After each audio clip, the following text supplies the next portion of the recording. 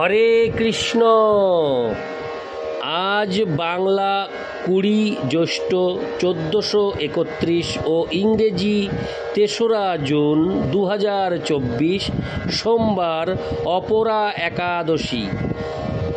এই অপরা একাদশীর দিন আমি শ্রীমদ্ ভাগবতম পাঠ করছি। আজ আমি পাঠ করছি শ্রীমদ্ ভাগবতমের 2য় স্কন্দ 10ম অধ্যায় শ্রীমদ্ ভাগবত সমস্ত প্রশ্নের উত্তরের শ্লোক 26 থেকে 31।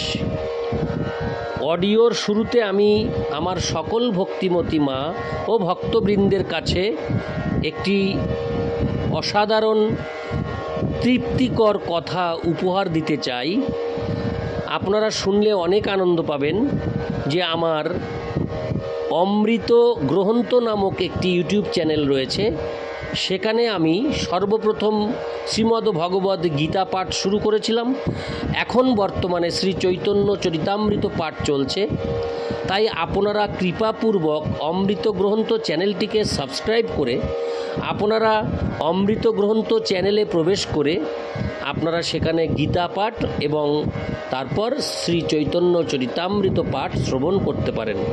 আপনাদের অনেক বেশি ভালো লাগবে, অনেক আনন্দ পাবেন।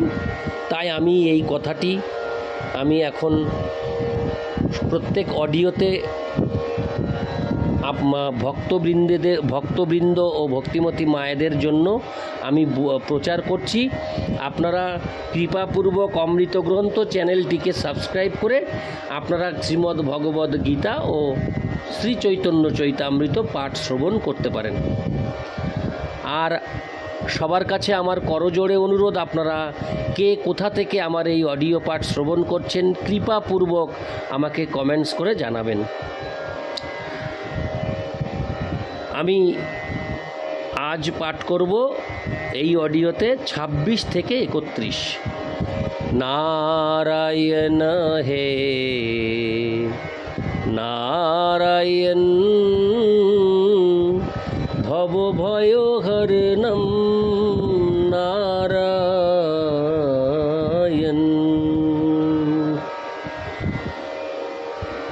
শ্লোক 26। নিরভিদ্যত শিষ্ণ বৈ প্রজানন্দামৃতার্থিন উপস্থ আসিত কামানাং প্রিয়ং তদুভয়াশ্রয়ম। অনুবাদ। তারপর মৈথুন সুখের জন্য, সন্তান সন্ততি উৎপাদনের জন্য এবং স্বর্গের অমৃত আস্বাদনের জন্য ভগবান জ্ঞানেন্দ্রিয় প্রকাশ করেছেন। এই হরে কৃষ্ণ, জননেন্দ্রিয় প্রকাশ করেছেন। একটু ভুল হলো, আপনারা ক্ষমা করবেন। জননেন্দ্রিয় প্রকাশ করেছেন। এই জননেন্দ্রিয়ের অধিষ্ঠাত্রী দেব হচ্ছেন প্রজাপতি। মৈথুন সুখের বিষয় এবং তার অধিষ্ঠাত্রী দেবতা ভগবানের উপস্থের নিয়ন্ত্রণাধীন।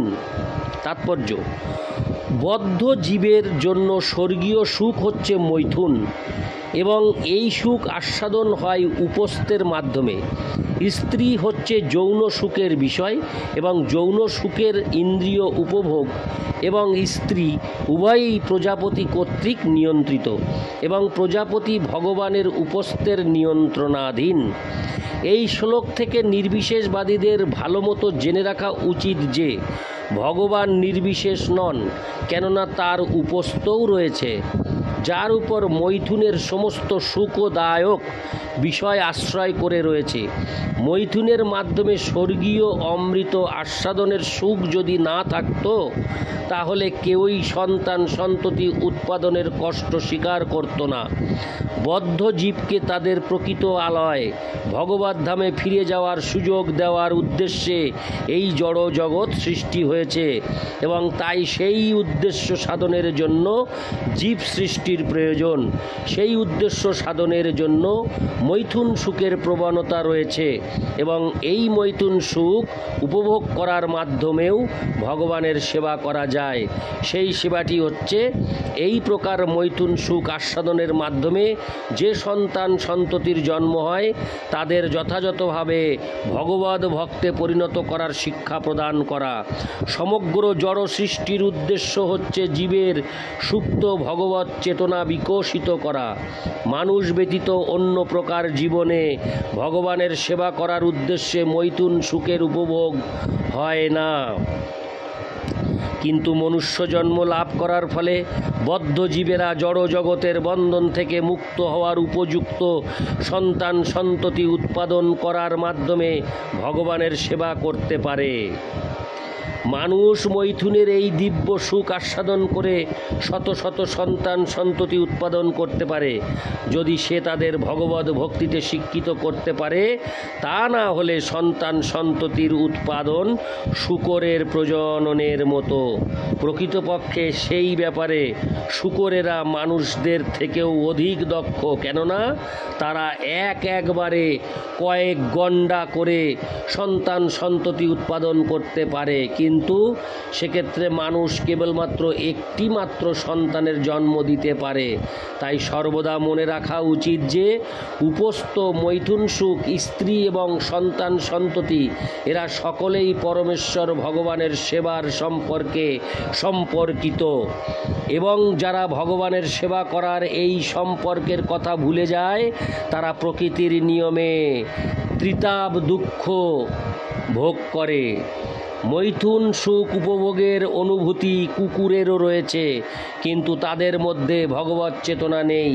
মানব জীবন এবং পশু জীবনের পার্থক্য কেবল ভগবৎ চেতনার মাধ্যমেই নির্ধারিত হয়। ইতি শ্লোক 26। শ্লোক 27। উৎসি শ্রীখোর ধাতু মলং নিরবিদ্যত বৈ গুদম তত পায়ুস্তত মিত্র উৎসর্গ উভয়াশ্রয়। 27 অনুবাদ। তারপর ভুক্ত অন্নাদির অসার অংশ ত্যাগ করতে ইচ্ছা করলে মলদার স্বরূপ অধিষ্ঠান উৎপন্ন হল, এবং তারপর পায়ু ইন্দ্রিয় ও তার অধিষ্ঠাত্রী দেবতা মিত্র প্রকাশিত হলেন। পায়ু ইন্দ্রিয় এবং তত্ত্ব বস্তু উভয়েরই আশ্রয় হচ্ছেন মিত্র দেবতা। তাৎপর্য, মলত্যাগ করার ব্যাপারেও পরিত্যক্ত বস্তু যখন নিয়ন্ত্রিত, তখন জীব কিভাবে তার স্বাতন্ত্র্য দাবি করতে পারে। ইতি শ্লোক 27। শ্লোক 28।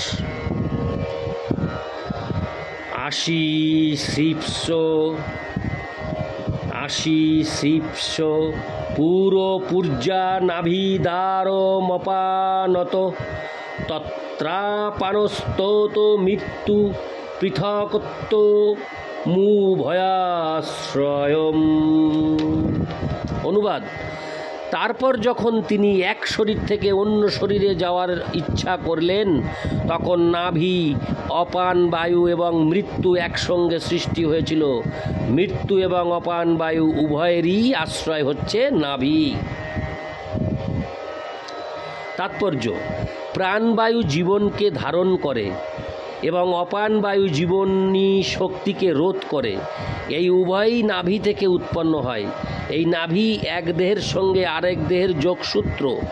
ব্রহ্মা গর্ভদোকসাই বিষ্ণুর নাভি থেকে বিভিন্ন শরীর রূপে প্রকট হয়েছিলেন, এবং অন্যান্য দেহের জন্মের ব্যাপারেও এই নিয়মই পালন হয়ে থাকে।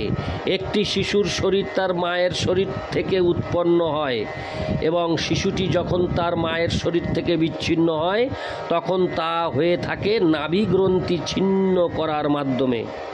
এইভাবে পরমেশ্বর ভগবান বিভিন্ন রূপে নিজেকে প্রকাশ করেছেন। তাই জীবেরা হচ্ছে ভগবানের বিভিন্ন অংশ, এবং সেই সূত্রে তাদের কোনো স্বাতন্ত্র্য নেই। ইতি শ্লোক 28। শ্লোক 29। আদিৎসোরণ্য পানানামাসন কুক্ষন্ত্রনাড়য় নদ্য সমুদ্রাশ্চ তয়োস্তুষ্টি পুষ্টিস্তদাশ্রয়ে। অনুবাদ। যখন তার আহার এবং পান করার ইচ্ছা হয়েছিল তখন কুক্ষি, অন্ত্র ও নাড়ীসমূহ প্রকাশিত হয়েছিল। নদী এবং সমুদ্রসমূহ তুষ্টি এবং পুষ্টির উৎস। তাৎপর্য: নদীসমূহ নারী ইন্দ্রিয়ের অধিষ্ঠাত্রী দেবতা এবং সমুদ্রসমূহ অন্ত্র ইন্দ্রিয়ের দেবতা।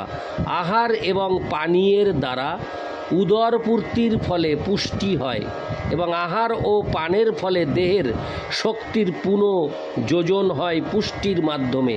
তাই শরীরের সুস্থতা নির্ভর করে অন্ত্র এবং নাড়ীর সুস্থ কার্যকলাপের উপর। নদী এবং সমুদ্র তাদের অধিষ্ঠাত্রী দেবতা হওয়ার ফলে নাড়ী এবং অন্ত্রকে সুস্থ রাখে।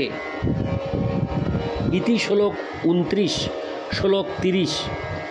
নিদিদ্ধা সরাত্মমায়াং হৃদয়ং নিরভিদ্যত তত মনশ্চন্দ্র ইতি সংকল্প কাম এবচ।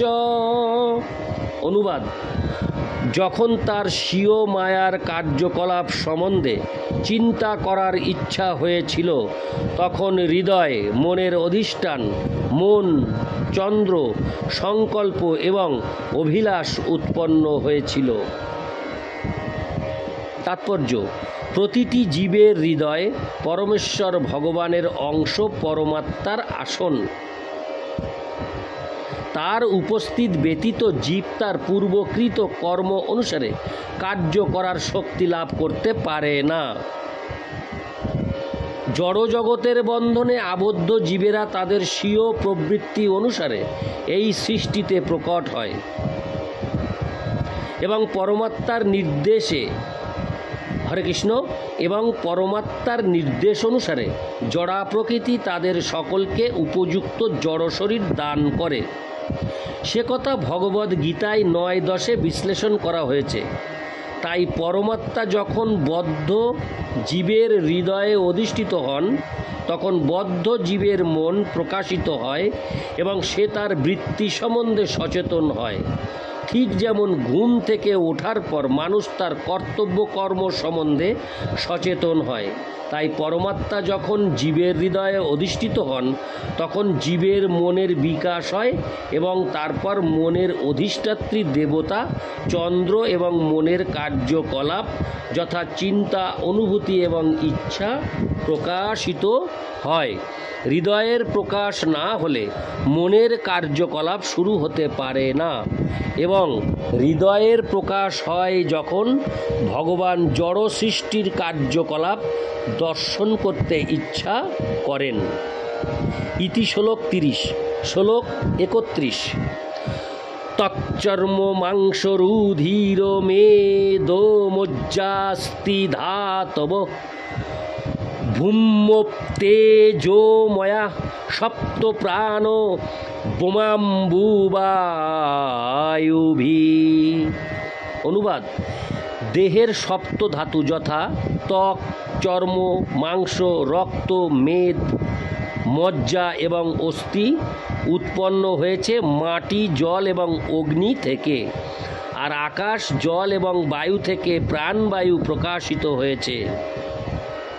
তাৎপর্য: জড়জগৎ গঠিত হয়েছে প্রধানত মাটি, জল এবং আগুন এই তিনটি উপাদানের দ্বারা, কিন্তু প্রাণশক্তি উৎপন্ন হয়েছে আকাশ, বায়ু ও জল থেকে।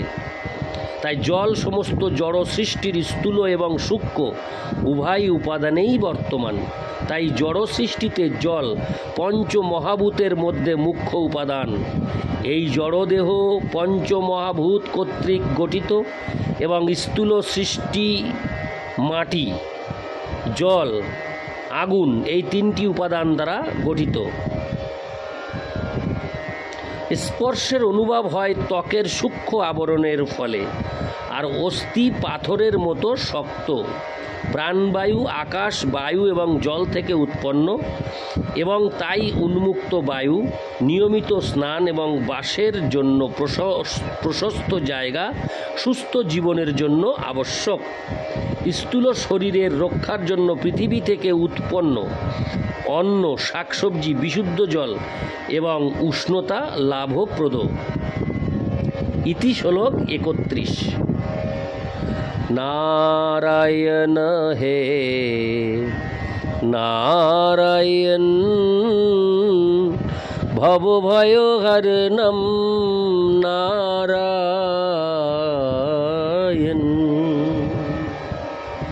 হরে কৃষ্ণ।